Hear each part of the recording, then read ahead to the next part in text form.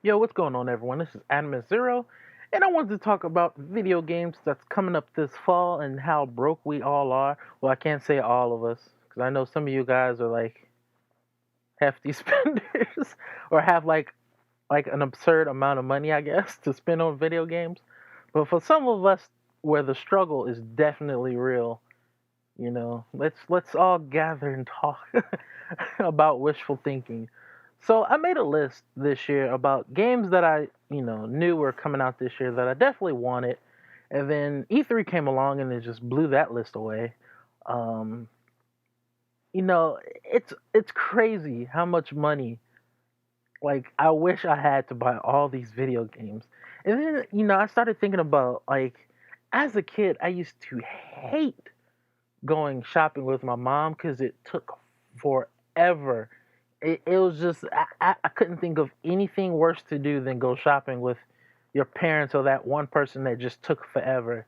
And then my mom would always tell me, Reggie, when you go into GameStop, Target, or Best Buy, you take a really long time. And I'll always blow her off like, "Psst, I'm like in there 5 minutes, 10 minutes tops. I know exactly what I want. And then I know when I get in there, I'll look at a video game, but then something else will catch my eye. I'm like, oh, I don't think I want this. And then something else will catch my eye, but then I try to do the math and see if I can afford these two games, and then I'll pick them up. I'll be like, okay, I definitely want these two games, but like, okay, but how much? Like, I feel her pain now. Like, I can't, you know, I don't want to be condescending. I can't talk about my mom when I do the same shit. So I had like maybe 8 or 9 games on my list that I definitely wanted this year. And then like over the course of this year I've been like picking games where like I don't want that. I don't want that. I know I'm not gonna play it. I know I'm not gonna play it that much. Is this a game I really want to cough up $60, or is this a game that I can try to rent on GameFly? It just goes on and on and on. And then E3 came around and they announced some games that was coming out this year. I'm like, damn it. So I had to reconstruct that list because I try to sit aside a certain amount of money that I want to spend on video games because I'm trying not to like blow like a bunch of money that I really don't have. And then it doesn't help that most of like a good bulk of video games come out during the fall. And then I have so many people's birthdays in the fall. And then I have Christmas. And I'm like, come on. Like, the struggle is real to find money for this crap. Or I shouldn't say crap, this stuff. So, E3, I think it was at E3, they announced that Tales of, I think it's called Zestria was coming out on PS4 and PS3. Pirate Warriors 3 comes out on Tuesday. We got Star Wars that's coming out November 17th.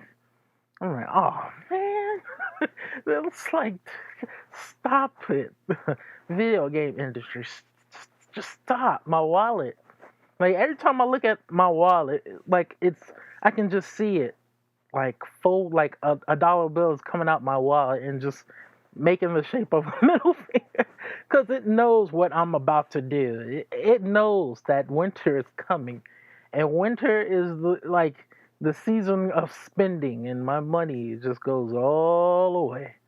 Um, I had like games like Arkham Knight. I didn't get that. I decided to wait.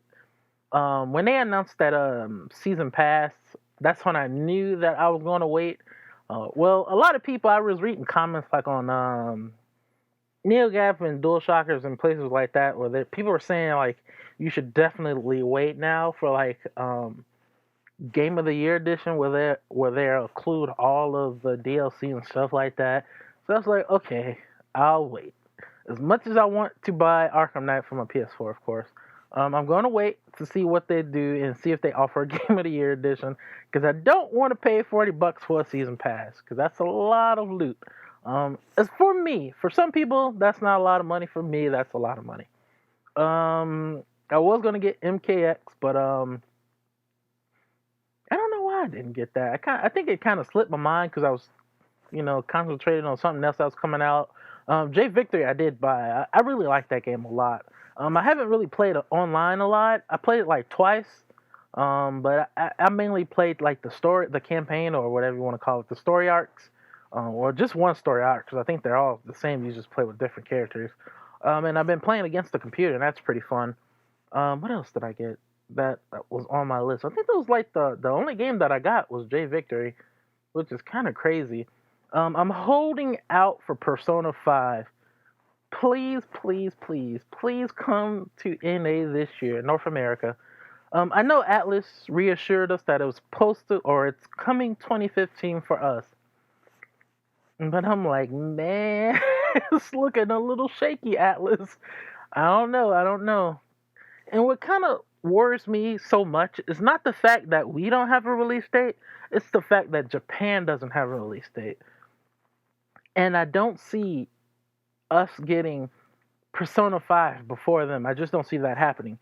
And I'm not too sure if they're supposed to do like a worldwide release for everyone except for Europe. I think Europe is definitely getting it 2016.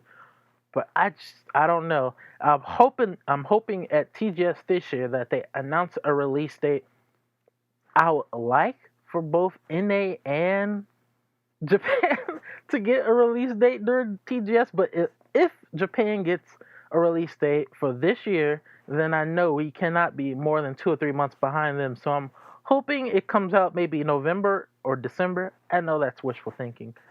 I'm it's just my gut feeling is telling me, Reggie, don't get your hopes up too high because it's gonna come 2016. Don't do it to yourself. But I'm holding hope. I'm reaching for anything I can grab at this point. If Atlas USA says this year, I'm like, damn it, okay, this year.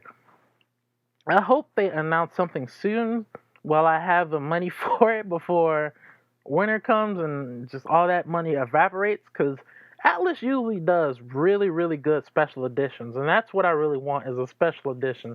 I want the art book, the soundtrack, the figurine of the guy's persona, the main character's persona, because it looks really cool. I think it's Arcane or something like that. I don't know. But it looks really sick, and I hope that game comes out this year. Disgaea 5, I'm just now getting into that series. A long, long time ago, I used to buy these magazines called New Type, and it came with like a DVD. And one of the animes that was on that DVD was called Disgaea. I watched that one episode.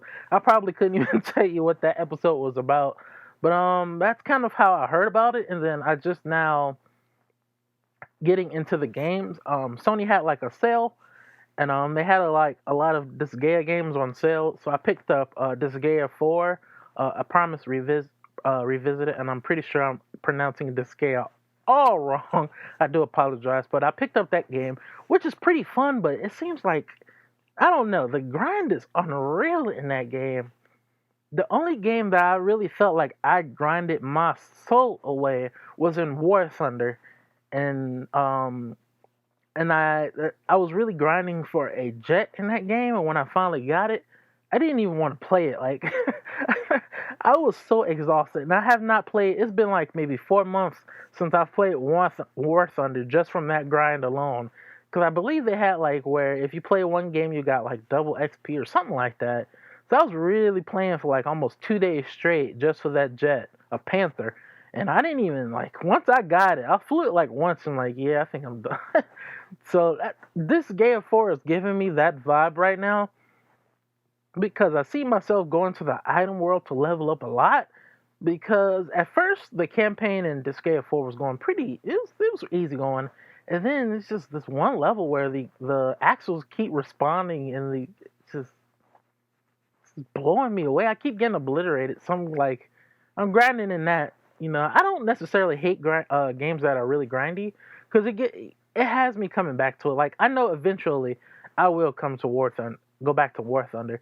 I haven't really played it on the PS4 because it is available on PS4. The only reason why I don't play it on PS4 because you can't transfer your planes, and I don't want to do all that again. I get the shakes when I think about all I had to go through to get some of those planes, and they're not transferable. So I'm like, I'm not doing it. So I know eventually I will go back to War Thunder on the PS4 because it looks like it's doing good things on the PC. So I definitely will go back. But I like games that have me. It's your money's worth. I guess what I'm trying to say. So Disgaea 4 is pretty good. So I probably will pick up Disgaea 5. Battlefront, I'm not too sure.